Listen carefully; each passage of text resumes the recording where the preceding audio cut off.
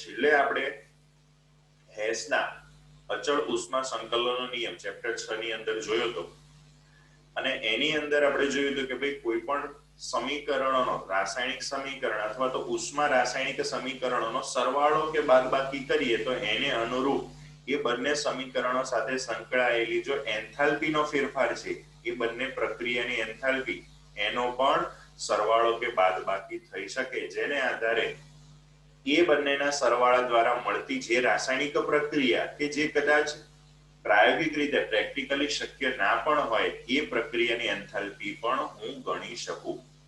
આપણે તો જે એક ઉદાહરણ દ્વારા સમજ્યા હતા એમાં સર્જન એન્થાલ્પી શોધવાની હતી પણ સર્જન એન્થાલ્પીને બદલે કોઈ પણ જાતની એન્થાલ્પી કોઈ પણ જાતની પ્રક્રિયા એન્થાલ્પી એ પ્રક્રિયા કર્યા વગર પણ આપણે શોધી શકીએ.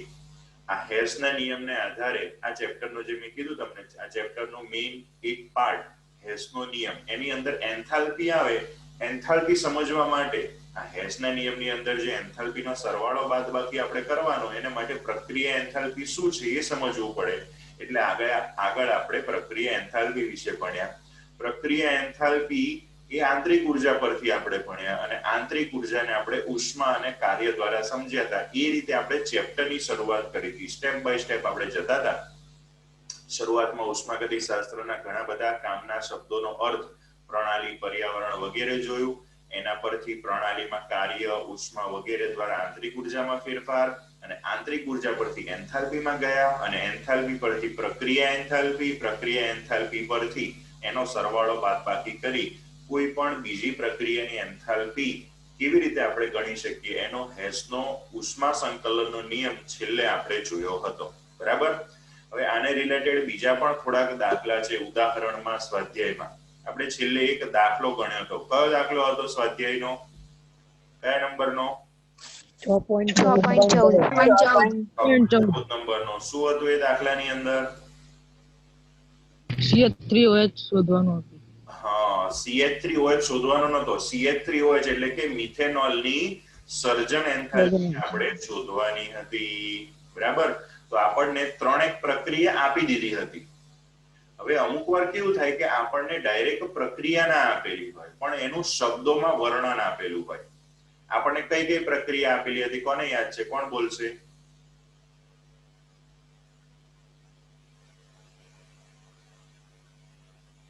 ચલો એના માટે ચોપડા ખુલશે ઘણા.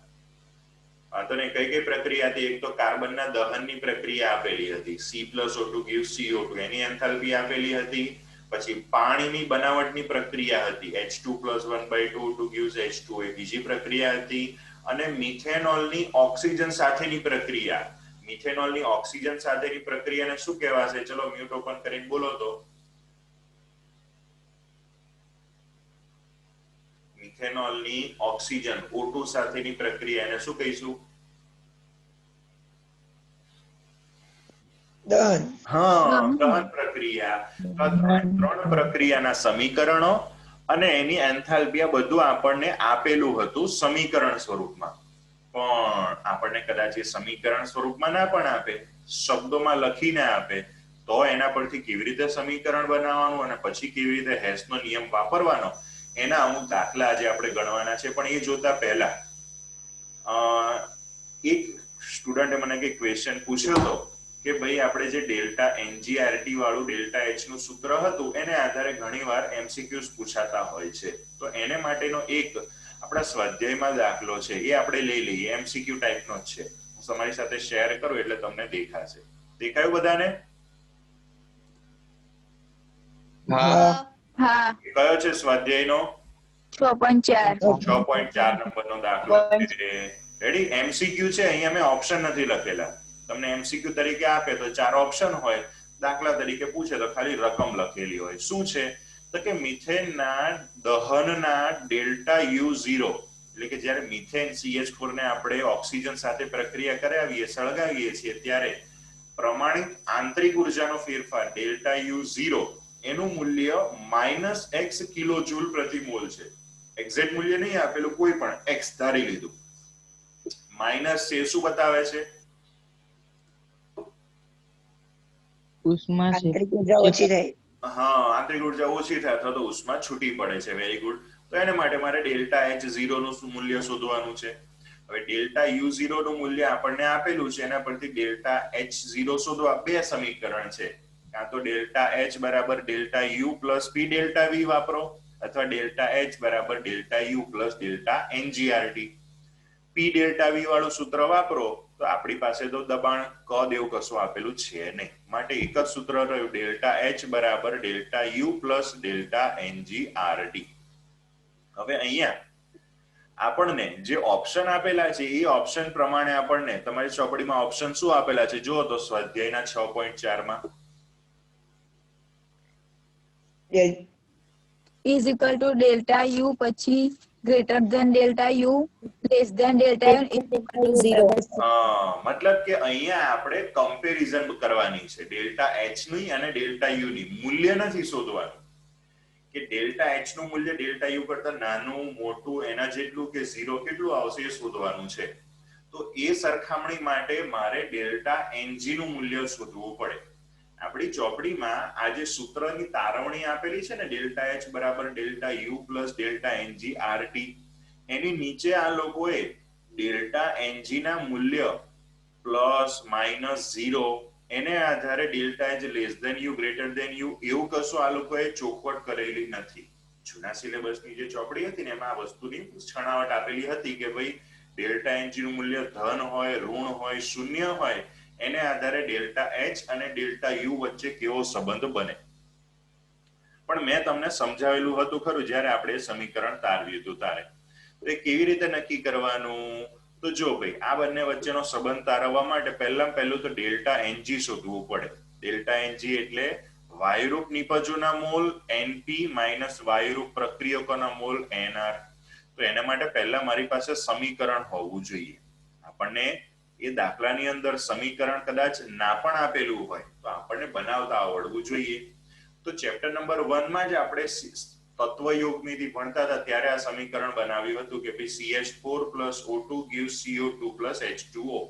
કાર્બનિક પદાર્થનું દહન થાય ત્યારે કાર્બન ડાયોક્સાઇડ અને પાણી બને, પછી આપણે પ્રક્રિયાને બેલેન્સ કરી હતી. આ દરેક પ્રક્રિયા, આ પ્રક્રિયાની અંદર રહેલા દરેક ઘટકોમાં આપણે અત્યારે વાયુરૂપ પ્રક્રિયકો કે વાયુરૂપ નિપજો હોય એના ઉપર ફોકસ કરવાનું.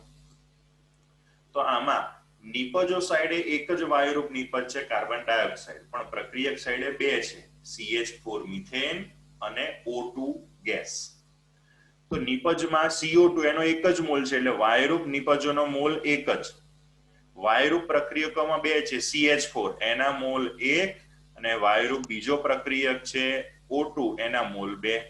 એટલે વાયુરૂપ પ્રક્રિયકોના ટોટલ મોલ કેટલા થશે? 1 + 2. હવે 1 ઓછા 3, 1 ઓછા 3 એટલે જવાબ કેટલો આવે? તો કે -2 આવે. આમાં ભૂલ થઈ, બરાબર. હવે અહીંયા H2O ને આપણે કેમ ના લીધું? લિક્વિડ છે એટલે લિક્વિડ પ્રવાહી અવસ્થામાં છે ને આપણે તો માત્ર વાયુરૂપ પ્રક્રિયકો જોઈએ છે એટલે. તો અહીંયા આપણે જોઈ શકીએ છીએ કે ભાઈ ડેલ્ટા એનજી નું મૂલ્ય -2 મળે છે. -2 એટલે લેસ ધેન 0 એટલે હા કે ના? ડેલ્ટા એનજી નું મૂલ્ય લેસ ધેન 0 હોય તો ડેલ્ટા એચ નું મૂલ્ય ડેલ્ટા યુ કરતા લેસ ધેન માં ભણ્યા હતા. રેડી? એટલે આપણે જે પણ 3 નંબરનો ઓપ્શન છે એ આવશે. આ ટાઈપના ઘણી બધા આ ચેપ્ટરમાં એમસીક્યુ પૂછાતા હોય છે. તમને કોઈ પણ પ્રક્રિયા આપી દીધી હોય અથવા એના શબ્દોમાં એનું વર્ણન આપેલું હોય, એના પરથી પહેલા સમીકરણ બનાવવાનું, સમીકરણને સંતુલિત કરવાનું, એના માટે ડેલ્ટા એનજી શોધવાનો, પછી જોવાનું ડેલ્ટા એનજી લેસ ધેન 0 તો delta H less than U, delta n g greater than 0 તો delta H greater than delta U, અને ડેલ્ટા એનજી બરાબર 0 તો ડેલ્ટા એચ બરાબર ડેલ્ટા યુ. શૂન્ય વાળી શક્યતા તો અહીંયા આવશે જ નહીં. બરાબર? આવડશે બધાને? હા. આનો સ્ક્રીનશોટ લેવો હોય તો લઈ લેજો, પછી આપણે આગળ જઈએ. સ્વાધ્યાયનો 6.4. હવે એના પછી એક નાનો અમથો ટોપિક આપણે સમજવાનો છે. એના પછી આપણે હેઝના અમુક દાખલા છે એ ગણવાના છે. બરાબર? ચલો, just a minute.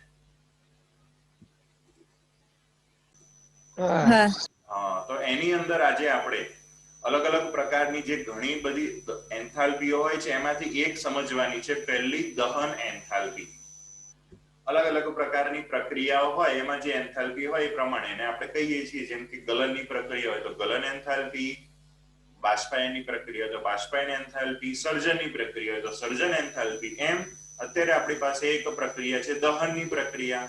તો એ પ્રક્રિયાની અંદર સંકળાયેલી પ્રક્રિયા એન્થાલ્પીને શું કહીશું? દહનની પ્રમાણિત એન્થાલ્પી. બરાબર. હવે દહનને ઇંગ્લિશમાં શું કહેવાય?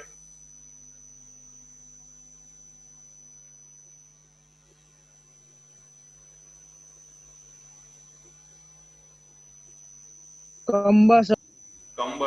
રેડી? દહનને ઇંગ્લિશમાં આપણે શું કહીશું?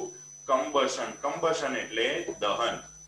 હવે આપણી પાસે સર્જન એન્થાલ્પી હતી. સર્જન ઇંગ્લિશમાં કહેવાય ફોર્મેશન. એટલે આપણે એની પ્રક્રિયામાં લખ્યું તો ડેલ્ટા HF. યાદ આવે છે? હા. તો અહીંયા કમ્બશન દહનની પ્રક્રિયા છે એટલે એની એન્થાલ્પીની સંજ્ઞામાં શું આવશે? Delta HC.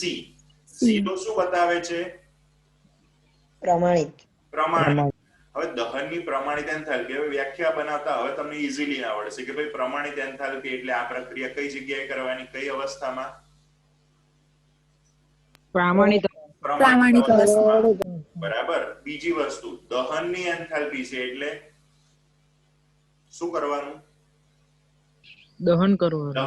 દહન કરવાનું. કેટલા પદાર્થનું દહન કરવાનું? 1 મોલ. રેડી?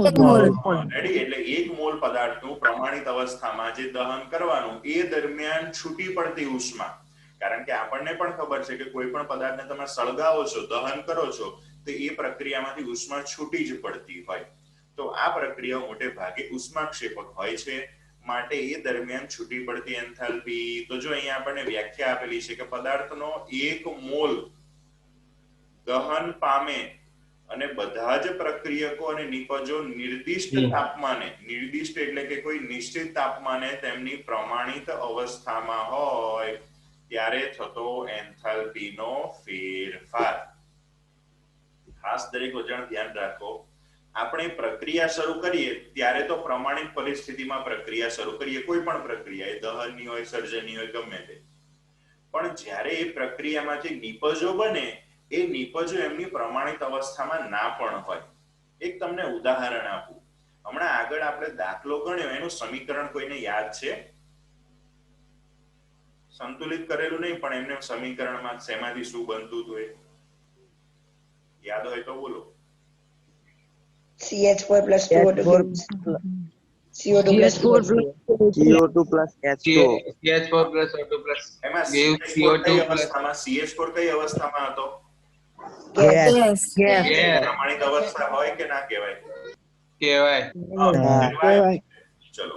ઓક્સિજન એની પ્રમાણિત અવસ્થા હતી? કાર્બન ડાયોક્સાઇડની?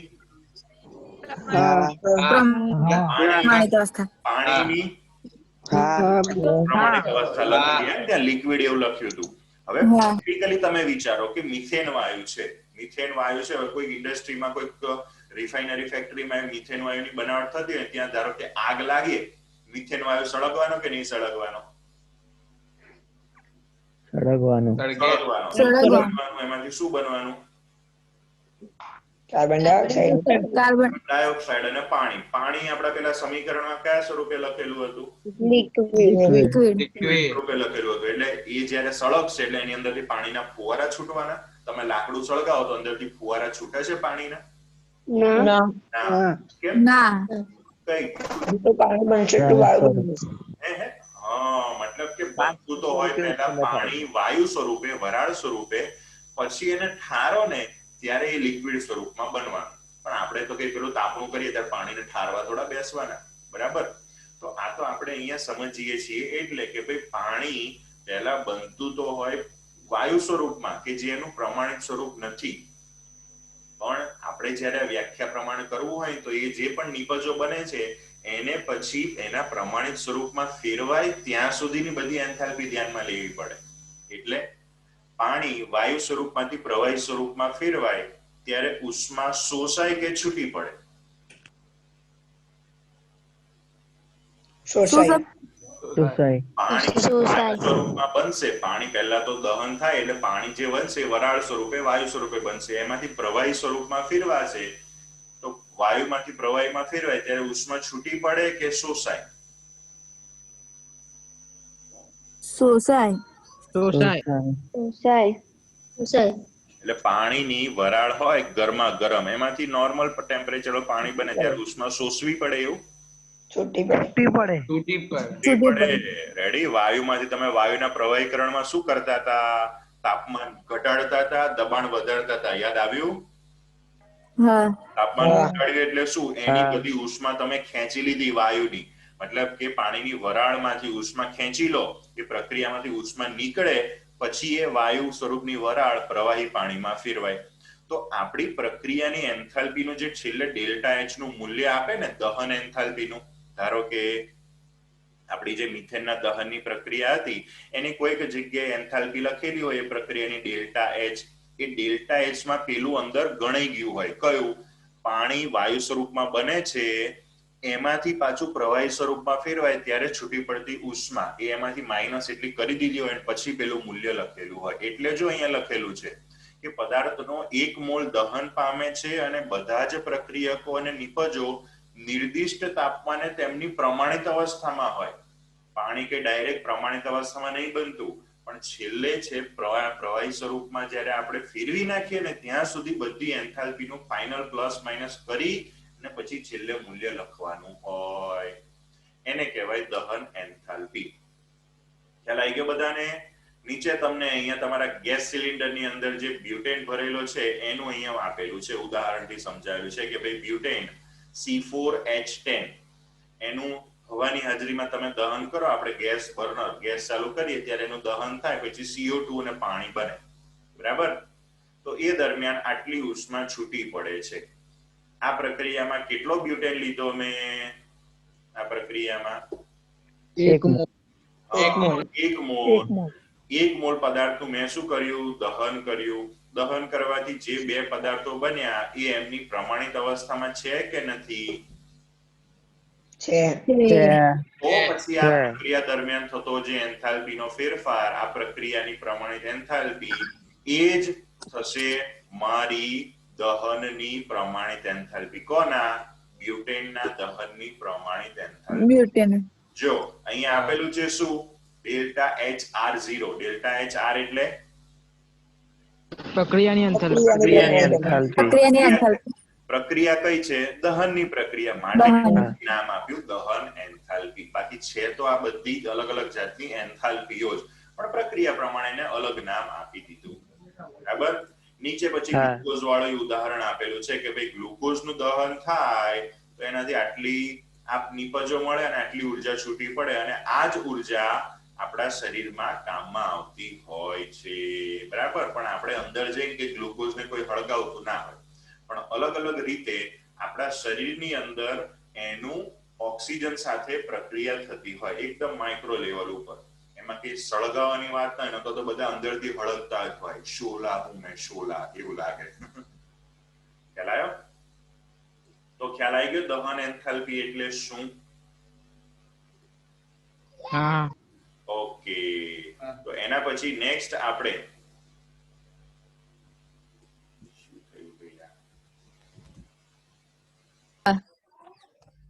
નેક્સ્ટ ચોપડીનો સ્વાધ્યાયનો 11 નંબરનો દાખલો જો હું તમને બતાવું એને આધારે પછી આપણે ગણીશું. ચલો, શું કે છે એમાં? કાર્બનના CO2 માં દહનની એન્થાલ્પી -393.5 કિલોજૂલ છે. જો મોટા ભાગના ઘણા બધા દાખલાઓમાં વારે ઘડીએ આ કાર્બનના CO2 માં દહન એટલે આપણી જે પેલી પ્રક્રિયા હતી ને C+O2 gives CO2 એની વાર્તા જ્યાં હોય એની જરૂર પડશે એટલે તમને આ એન્થાલ્પી તો ગોખાઈ જશે. -393.5 ઊંઘમાંથી ઉઠાડીને પૂછશે તોય આવડશે. એક કાર્બન ડાયોક્સાઇડની અને એક પાણીની 285.6 આટલી વસ્તુ તમને વારે ઘડી આવશે એટલે યાદ રહી જશે. જરૂર નથી યાદ રાખવાની, આ તો જસ્ટ પુનરાવર્તનથી યાદ રહી જાય. તો એની દહન એન્થાલ્પી આપેલી છે. કાર્બન અને ડાયોક્સિજનમાંથી 35.2 ગ્રામ CO2 બનાવવા માટે મુક્ત થતી ઉષ્મા ગણો. તો આ પાછો ચેપ્ટર નંબર 1 નો પેલો તત્વયોગ વિધિનો જે દાખલા હોતા હતા એને સાથે એના જેવો થોડોક છે. આપણને એની દહન એન્થાલ્પી આપેલી છે. અત્યાર સુધી તો આપણે ખાલી મૂલ્ય ઉપર જ ફોકસ કરતા હતા, પણ હવે એના એકમ ઉપર પણ જવું પડશે. કિલો જૂલ પ્રતિ મોલ એટલે શું થાય? તો જો લખેલું છે 1 મોલ CO2 બને ત્યારે આટલી ઉષ્મા મુક્ત થાય છે, માઇનસમાં છે એટલે મુક્ત થાય છે. આપણને શું પૂછ્યું છે? આપણે 35.2 ગ્રામ CO2 બનાવવાનો છે. કાર્બન અને ઓક્સિજન વચ્ચે પ્રક્રિયા થઈ 35.2 ગ્રામ CO2 બનાવવાનું છે. 1 મોલ કાર્બન ડાયોક્સાઇડ નું બનાવટ થાય એ બને ત્યારે કેટલી ઉષ્મા છૂટી પડે? 393.5 કિલો જૂલ. 1 મોલ એટલે કેટલા ગ્રામ? 44 ગ્રામ. 44 ગ્રામ. આપણો પદાર્થ કયો છે? Carbon dioxide. તો 44. પાણી હોય તો 18. કોઈ પણ પદાર્થના અણુભાર જેટલું વજન. અણુભાર જેટલો. કોઈ પણ પદાર્થના અણુભાર જેટલું વજન. તો આપણો પદાર્થ અત્યારે CO2 છે, તો 1 મોલ એટલે 44 ગ્રામ. તો 44 ગ્રામના દહનથી આટલી ઉષ્મા મુક્ત થાય, તો 35.2 ના દહનથી કેટલી?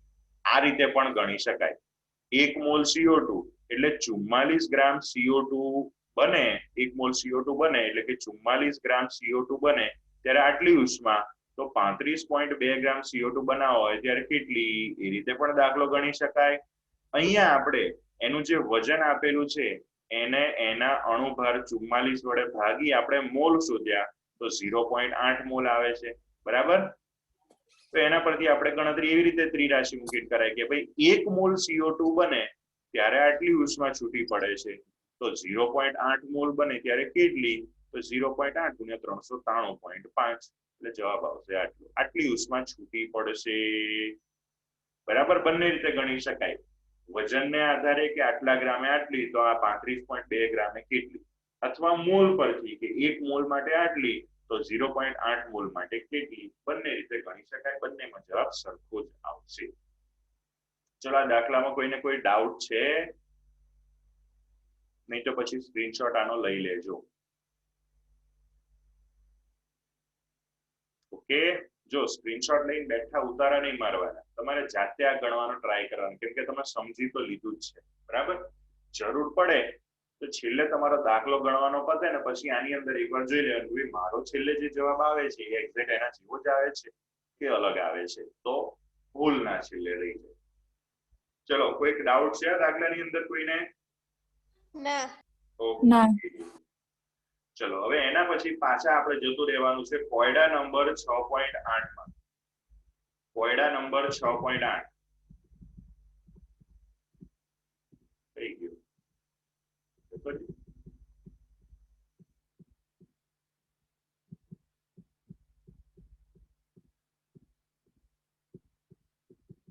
નથી આવ્યો.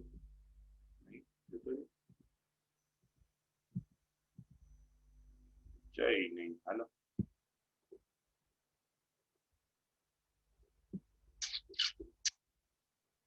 ચલો આની અંદર તો ના હોય એવું તો ના બને. જોઈએ આપણે.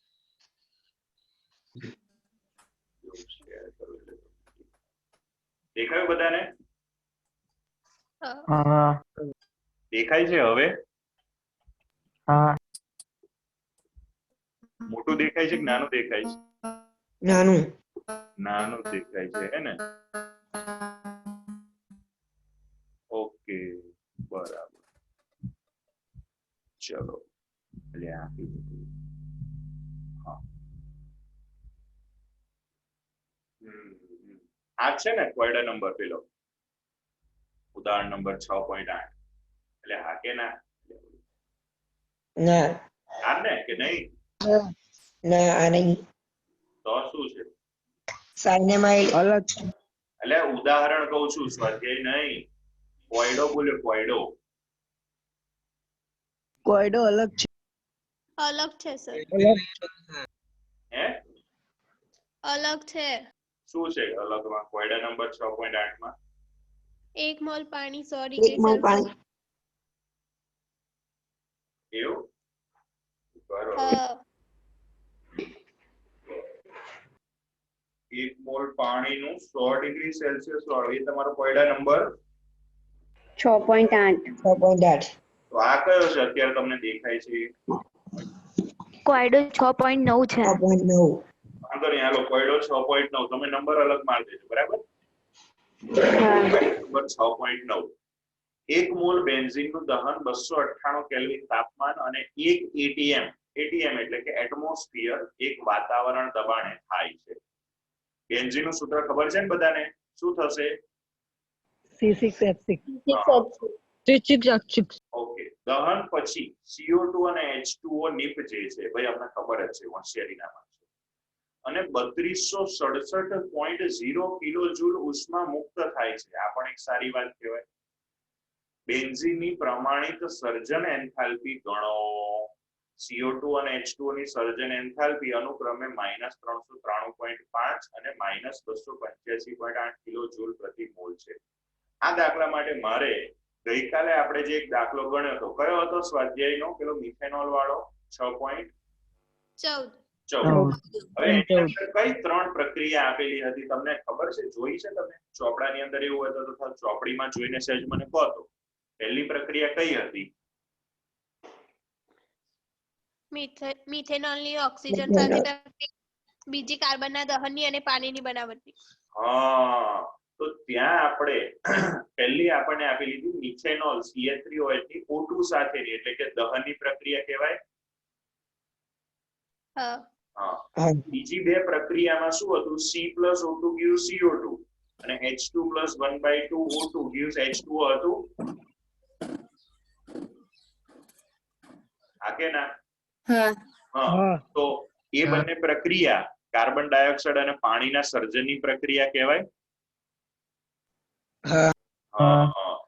ત્યાં મેં તમને કીધું ને આગળ કે ભાઈ ઘણીવાર તમને ડાયરેક્ટ બેઠી પ્રક્રિયાઓ આપી દેશે અને ઘણીવાર એનું શબ્દોમાં વર્ણન કરીને આપશે. ત્યાં આપણે કોની સર્જન એન્થાલ્પી શોધી હતી? CO2 અને H2O. કોની શોધી હતી આપણે? મિથેનોલ. શોધી હતી CH3OH ની.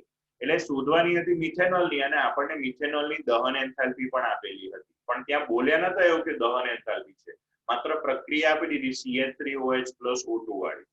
અહીંયા આપણને સ્પષ્ટ કહી દીધું કે ભાઈ બેન્ઝીનની સર્જન એન્થાલ્પી શોધવાની છે. એને માટે તમને બેન્ઝીનની દહન એન્થાલ્પી આપેલી છે, કાર્બન ડાયોક્સાઇડ અને પાણીની સર્જન એન્થાલ્પી આપેલી છે. એટલે આ દાખલો ઓલમોસ્ટ પેલા દાખલા જેવો જ છે, પણ અહીંયા મિથેનોલ ને બદલે બેન્ઝીન આપેલું છે. ખ્યાલ આવી ગયા દાખલાની અંદર? ખબર પડી પહેલાઓ? ખબર પડી. ત્યાં આપણે મિથેનોલની સર્જન એન્થાલ્પી CH3OH ની સર્જન એન્થાલ્પી શોધવાની હતી. અહીંયા બેન્ઝીનની સર્જન એન્થાલ્પી શોધવાની છે. એને માટે ત્યાં મિથેનોલની ઓક્સિજન સાથેની પ્રક્રિયા એટલે કે મિથેનોલની દહનની પ્રક્રિયા આપેલી હતી. અહીંયા બેન્ઝીનની દહનની પ્રક્રિયા આપેલી છે. બંને દાખલામાં બાકીની બે વસ્તુ તો સેમ જ છે. CO2 નું સર્જનની એટલે કે CO2 ની એન્થાલ્પી અને H2O ની એન્થાલ્પી તો બંનેમાં આપેલી જ હતી, પણ ત્યાં પ્રક્રિયા સ્વરૂપે આપેલી હતી. અહીંયા આપણને શબ્દોમાં આપેલી છે. તો જે જે આપણને આપેલું છે એ આપણે પહેલા અહીંયા લખતા જઈએ. ચલો, બેન્ઝીનની સર્જનની પ્રક્રિયા પહેલા લખીને આપેલી છે, કારણ કે આપણે શું શોધવાની છે? બેન્ઝીનની પ્રમાણિત સર્જન એન્થાલ્પી. બેન્ઝીનનું સૂત્ર શું? C6H6. એમાં કયા ઘટક તત્વો આવે? કાર્બન અને હાઇડ્રોજન અને હાઇડ્રોજન. કાર્બન કયા પ્રમાણિક સ્વરૂપમાં હોય? સોલિડ. ગ્રેફાઇટ સ્વરૂપમાં. હાઇડ્રોજન કયા પ્રમાણિક સ્વરૂપમાં હોય? ગેસ. H2 gas. બરાબર. તો આ બંને વચ્ચે આપણે પ્રક્રિયા કરાવીએ કે ભાઈ C+H2 gives C6H6, એ એની સર્જન એન્થાલ્પી કહેવાય કે ના કહેવાય? એ સર્જનની પ્રક્રિયા કહેવાય કે ના કહેવાય? હા. પછી આપણે બેલેન્સ કરી દીધી કે ભાઈ 6 કાર્બન છે તો અહીંયા આગળ 6 મૂકી દીધા, અને 6 હાઇડ્રોજન છે એટલે અહીંયા 3, એટલે 3 દુ 6 હાઇડ્રોજન. પ્રક્રિયા બેલેન્સ પણ થઈ ગઈ. તો મારો હવે ટાર્ગેટ શું થઈ ગયો? તો કે આ પ્રક્રિયા સાથે સંકળાયેલી એન્થાલ્પી શોધવાની. 6C + 3H2 gives C6H6 liquid, કેમ કે બેન્ઝીન પ્રવાહી સ્વરૂપમાં હોય પ્રમાણિત પરિસ્થિતિમાં. તો આ પ્રક્રિયા માટેની મારે એન્થાલ્પી શોધવાની, અને એ જે એન્થાલ્પી શોધીશ એને શું કહીશું આપણે? બેન્ઝીનની પ્રમાણિત સર્જન એન્થાલ્પી. શું કરવાનું છે એનો આઈડિયા આવી ગયો બધાને કે કોઈને ડાઉટ છે હજુ? તો કોઈને ના ખબર પડી હોય તો પૂછી શકો છો. ચલો, ખ્યાલ આવી ગયો બધાને, કોઈ બોલતું નથી. એટલે હવે એને માટે આપણને જે ડેટા આપેલો છે, કઈ કઈ વસ્તુ આપણને આપેલી છે, તો કે ભાઈ પહેલી એના દહનની, બેન્ઝીનના દહનની પ્રક્રિયા આપેલી છે. C6H6 O2 gives CO2 H2O. અહીંયા તમે બેલેન્સ કરી દીધેલી છે, પણ મેં તમને પહેલા ચેપ્ટરમાં બેલેન્સ કરતા શીખવાડી હતી. કેવી રીતે બેલેન્સ કરવાની કોણ કહેશે મને?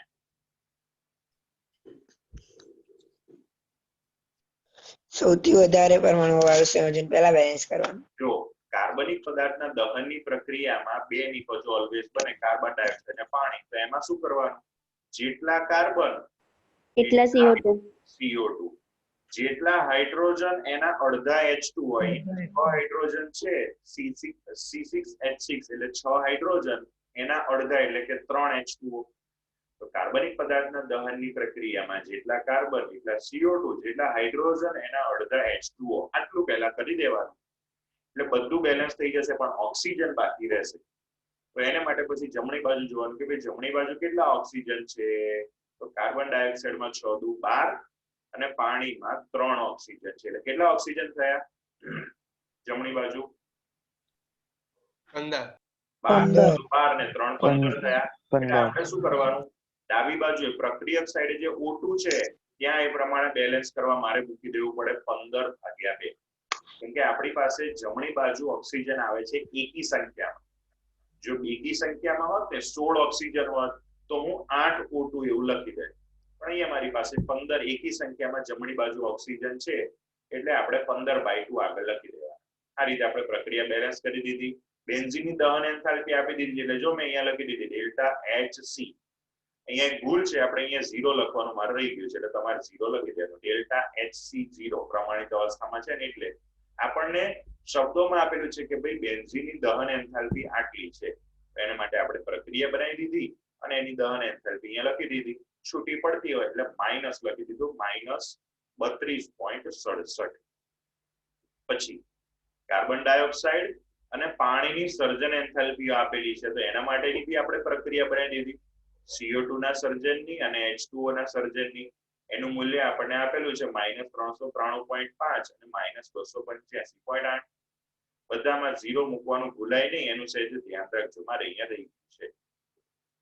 તો હવે આપણી પાસે 3 પ્રક્રિયા રેડી થઈ ગઈ.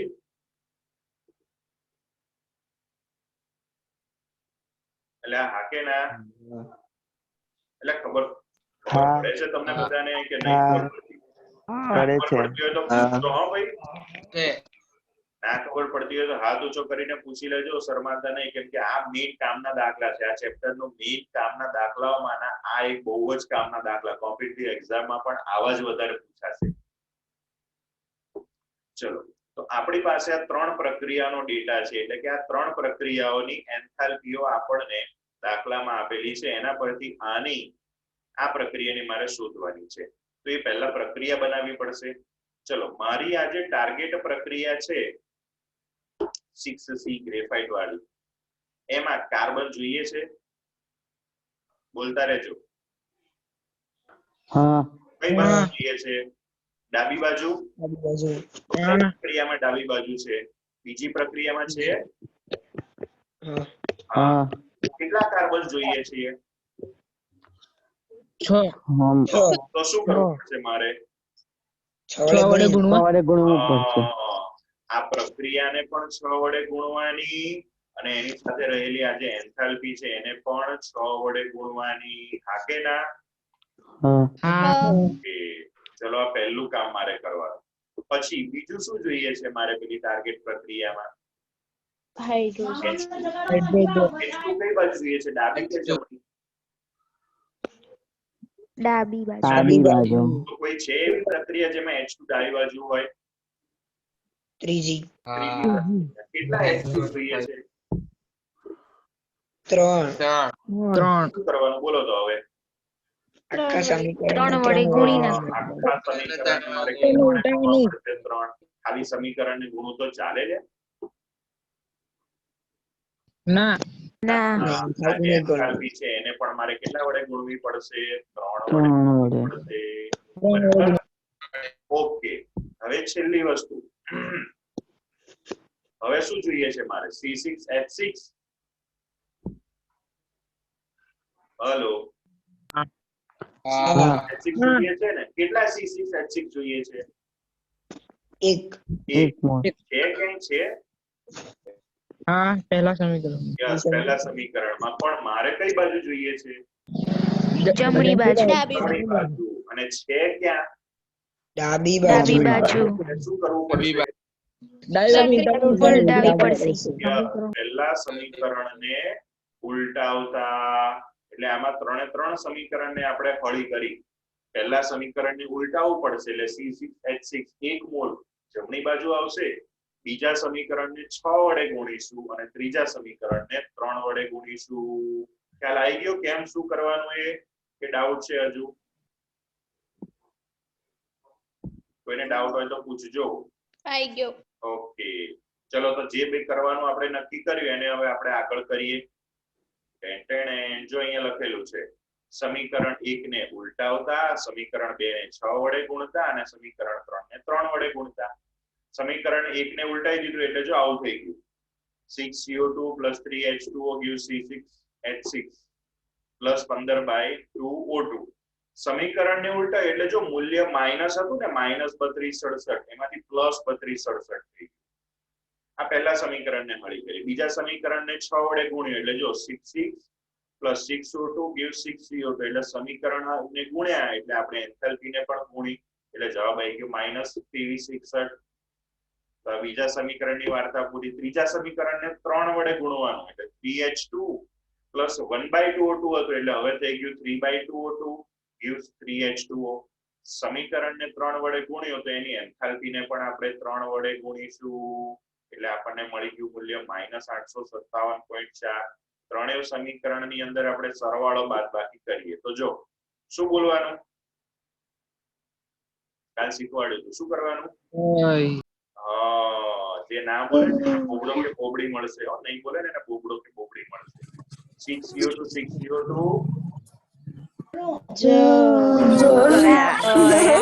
3H2O 3H2O. હવે ઓક્સિજનની વાર્તા રહી. જો ડાબી બાજુએ 6 + 3/2 3/2 એટલે કેટલું કહેવાય? દોઢ. 6 + 1.5 એટલે 7.5. 7.5. ચલો 15/2 એટલે કેટલા થાય? 7.5. હા, 7.5 ડાબી બાજુ 7.5 જમણી બાજુ. શું થયું? એટલે કઈ કઈ વસ્તુ વધી? તો કે ડાબી બાજુએ 6 કાર્બન 3 H2 અને જમણી બાજુએ C6H6 બની ગઈ આપણી પ્રક્રિયા. કેવી રીતે બની? કે સમીકરણ નંબર 1 સમીકરણ 2 અને સમીકરણ 3 ના સરવાળાથી છેલ્લી પ્રક્રિયા બની. તો એની સાથે સંકળાયેલા જે એન્થાલ્પી ફેરફાર છે એના પણ આપણે શું કરવો પડશે? સરવાળો. એટલે +3267 વત્તા -2361 વત્તા -857 આવું કરવાનું થશે. તો જો અહીંયા આપણે કરેલું છે 3267 વત્તા -2361 વત્તા -857 સરવાળો બાદબાકી કરીએ તો જવાબ મળે 48.6. એટલે 48.6 એટલે પ્લસ મળ્યું મૂલ્ય કે માઇનસ મળ્યું? પ્લસ. શું દર્શાવે છે કે બેન્ઝીન C6H6 નું જે સર્જન ΔHF0 એટલે કે સર્જન એન્થાલ્પી નું મૂલ્ય ધન છે એટલે કે C6H6 બેન્ઝીન બને છે એ દરમિયાન ઉષ્મા શોષાય છે. ખ્યાલ આવી ગયો દાખલાની અંદર? કે કોઈને ડાઉટ છે તો હું તમને વારાફરતી એક નાના ભાગના સ્ક્રીનશોટ લેવડાવી દઉં. ચલો પહેલા ઓકે ઉભા રહો, મોટું કરીએ ને એટલે તમને લખતી વખતે ફાવે. ચલો હવે પહેલા આનો સ્ક્રીનશોટ લઈ લો.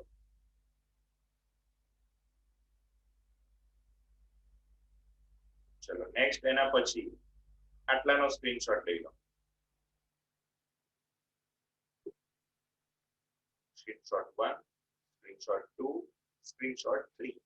ચલો એના પછી આટલાનો સ્ક્રીનશોટ લઈ લો. અલગ અલગ ભાગ પડી જાય. કયું? નેક્સ્ટ છેલ્લે આનો સ્ક્રીનશોટ લઈ લો. નીચેના જરૂરી આટલો. બરાબર, એટલે નીચેનું બી આખું દેખાઈ જાય. ઓકે. ઓકે. સો આ હતો ઉદાહરણનો 6 પોઈન્ટ, તમારા પ્રમાણે 6.9 નંબરનો. એના પછી તમારી જાતે કરવો હોય તો સ્વાધ્યાયનો 6.5 અને સ્વાધ્યાયનો 6.15 નંબરનો છે. નહીં આવડે તો કાલે શીખવાડીશ, પણ સ્વાધ્યાયનો 6.5 નંબરનો છે ને એ તો તમારે જાતે કરવાનો રહેશે. સ્વાધ્યાયનો 6.5 એ તમારે જાતે સ્વપ્રયત્ને કરવાનો. સ્વાધ્યાયનો 6.15 નો ટ્રાય કરજો. જેને ખબર પડી ગઈ હશે ને આ વસ્તુમાં એને તરત આવડી જશે. જવાબ તો પાછળ આપેલા જ હશે પણ એના આધારે તમને આવડી જશે. બરાબર, તો એ સ્વાધ્યાયનો 6.15 નો પણ જાતે ટ્રાય કરજો. ના આવડે તો હું કાલે તમને શીખવાડીશ. બરાબર, કાલે તો કદાચ લેક્ચર નહીં હોય, ફરી જ્યારે આપણે મળીશું ત્યારે હું તમને શીખવાડીશ. ઓકે. તો આજના સેશનમાં આપણે હેસના નિયમને આધારે બીજા ઘણા દાખલા ગણ્યા અને એને પ્રેક્ટિસ માટેના દાખલા પણ જોયા. ફરી પાછા હવે આગળ બીજી પણ ઘણી જે અલગ અલગ પ્રકારની પ્રક્રિયા એન્થાલ્પીઓ છે એની આપણે ચર્ચા કરીશું. તો ફરી મળીએ, ત્યાં સુધી બધાને જય સ્વામી.